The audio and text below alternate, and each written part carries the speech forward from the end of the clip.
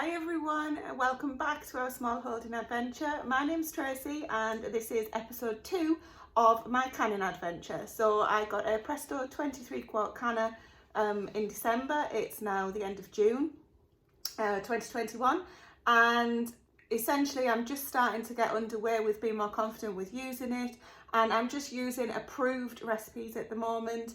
So this is the second one, and it's actually a beef goulash recipe that I'm going to be canning. So it calls for a couple of hours simmering to make the beef a little bit tender, but not thoroughly cooked, because obviously it will continue to cook. Sorry, that's the dog.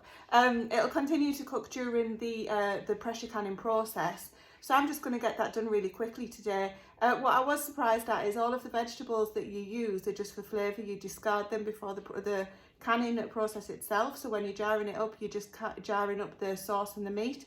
I'll quickly take you through the ingredients now, and it shouldn't take long at all. It'll take longer for me to film in it than it will to actually get it in the Aga. So, and also apologies for the shaky camera footage. My tripod that I would normally use is actually outside in the shed from my gardening videos, and it is absolutely tanking it down with rain outside, so I'm not going to run over and get it just for that. I'm just going to crack on and get an achy arm. So let me show you the ingredients and the process, and it shouldn't be too long of a video this time. This is the book that I'm taking the recipe from, so the Ball Blue book, The Guide to Preserving. It's a really useful book. You can see lots of entries that I've already marked. So this is the goulash recipe. I'm going to take you through it now. I'll also put a copy of the recipe in the description. But essentially what we're looking at is 4 pounds of boneless beef. So I've just got diced beef, which is still in the fridge. We need 6 celery stalks. I'm not totally keen on celery, so I might be a little bit light on those. But as I say, it's just for flavouring, so it doesn't matter too much. 4 large carrots or the equivalent.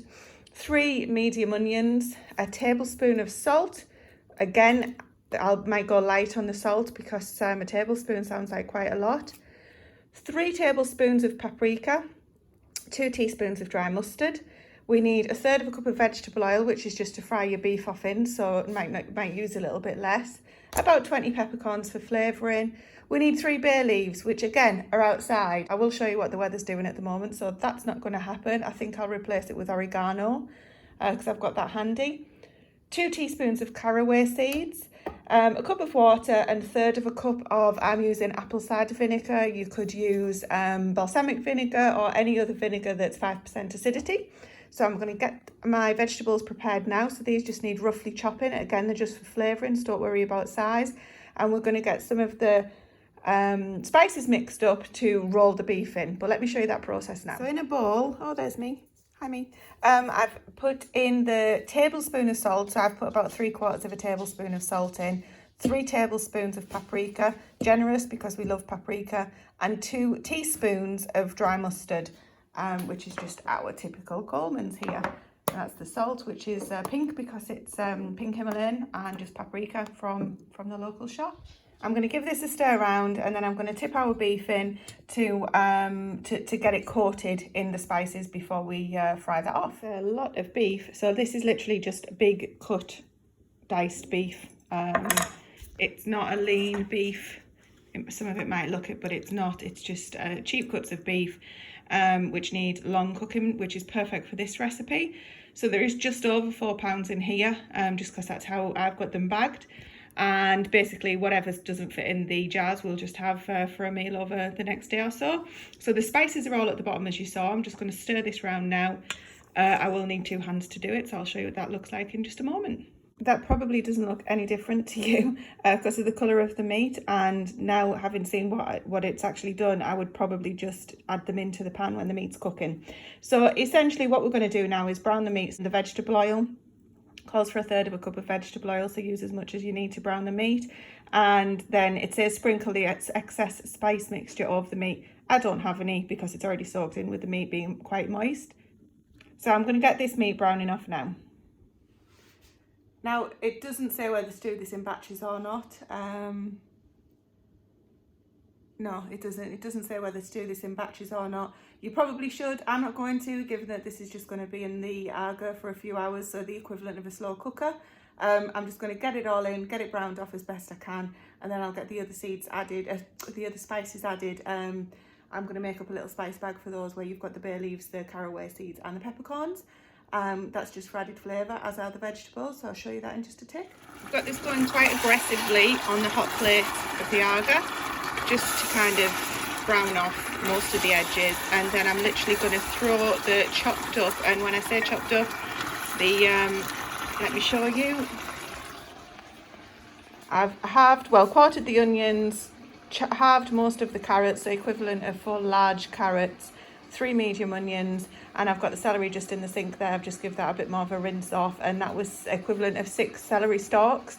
I've gone for the 6 stalks because with us taking it out at the end, it's not going to be too overpowering for me. I'm literally going to pick this up and put it into the Dutch oven there with the beef that's browning off, and then we're going to add the rest of the ingredients. Right, next up is this very unglamorous spice bag that I've made. So literally all I do for spice bags, I do have some somewhere, but of course we're doing the kitchen and I don't know where they are. I've just chopped up a little bit of muslin. I'm going to tie this up with a bit of string. We need a cup of water, which is about 250 ml, 1/3 of a cup of apple cider vinegar in my case, which is about 80 ml. And in here I've got approximately 20 peppercorns. No, I didn't count them. 2 teaspoons of caraway seeds, which smell divine. And you would put 3 bay leaves in here as well. I'm actually just going to add oregano directly to the mix. Just give it a good sprinkle there, and that'll be absolutely fine. And essentially you're going to add the rest of these ingredients into your pot and leave it simmer. I'll just leave it in for a couple of hours in the bottom oven of the agar. Essentially use your judgment. You're just looking for it to be almost tender beef, and that's when it's going to be ready to get into your clean jars, ready for pressure canning. So there we go. So the spice bag is just almost submerged. I've tied it to the handle just in case. All of the other ingredients are in, so the vinegar and the water and the equivalent of the basil leaves, I guess. I'm just going to give that a mix round and pop it in the bottom oven.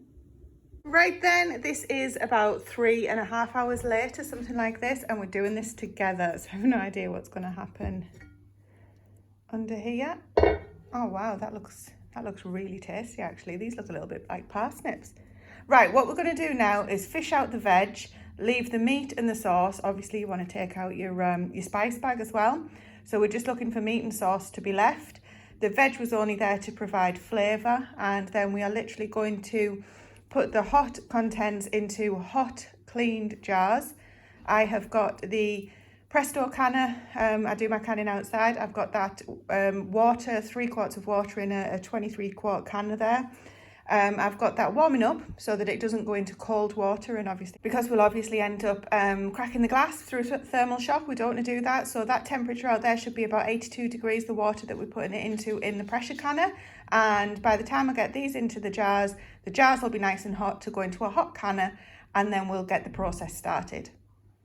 There we go. I've ladled out as much, well, scooped out with the tongs as much of the veg as I can. It seems like an awful waste, so I'm thinking I'm going to make a soup or something with this. I'll have a think about that. So what we're left with is just the yummy tasting liquid and the meat. There'll be the odd bit of onion and things in there, which I'll try and avoid when I'm filling the jars. Now this claims to make 4 pints or 2 quart jars. It looks like quite a lot to me, and I've kept these in quite big chunks, to be honest. So I've washed 6 jars, which are on the back of the agar, so they're still nice and hot, and I'm going to get those filled up now. I'll wipe the rims with the vinegar as always, get a fresh lid put on, and then get those straight over to the canner, and we'll meet again over there. Here we go then, guys. I'm in the barn. I've walked the jars over, and I'm going to do a voiceover for this bit just because I'm surrounded by animals and they will drown me out. The water's coming up to temperature in the pressure canner, and I'm going to pop the lid on just now and turn the heat up just a little bit so that we can start to wait for the steam to vent through the little pipe here on the left.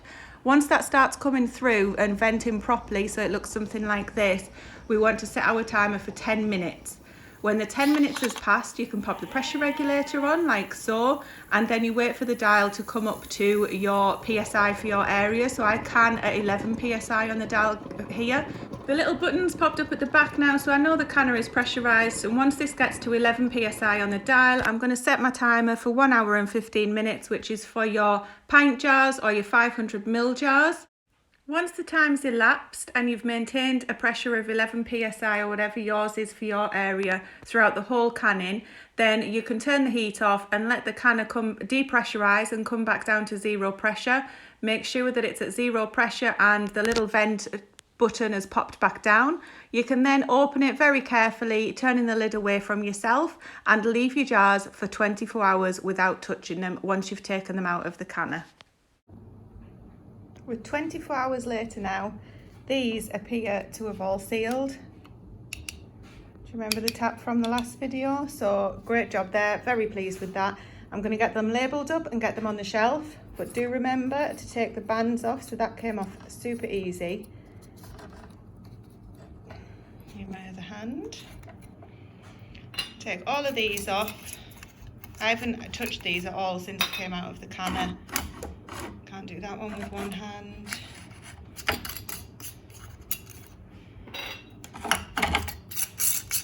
Yes, I can. Just need a bit more of encouragement. Okay, so what you can do as well, obviously double check that this is depressed. Poor thing. Lift it up by that, give it a little wiggle. If it's popped up, it means it hasn't sealed. Even if this is sealed and this is popped up, there's air in it, and that's not good.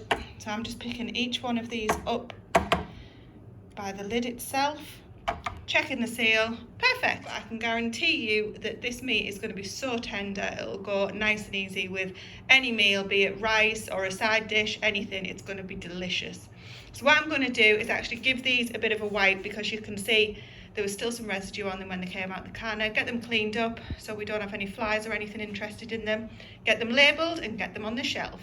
I'm so pleased that that worked out. Look at the shelf. It's starting to look absolutely fantastic. If you've enjoyed this video and you'd like to see what I'm going to be canning next week and weeks after that, then please subscribe and give the video a like, and I'll speak to you soon. Thanks for watching.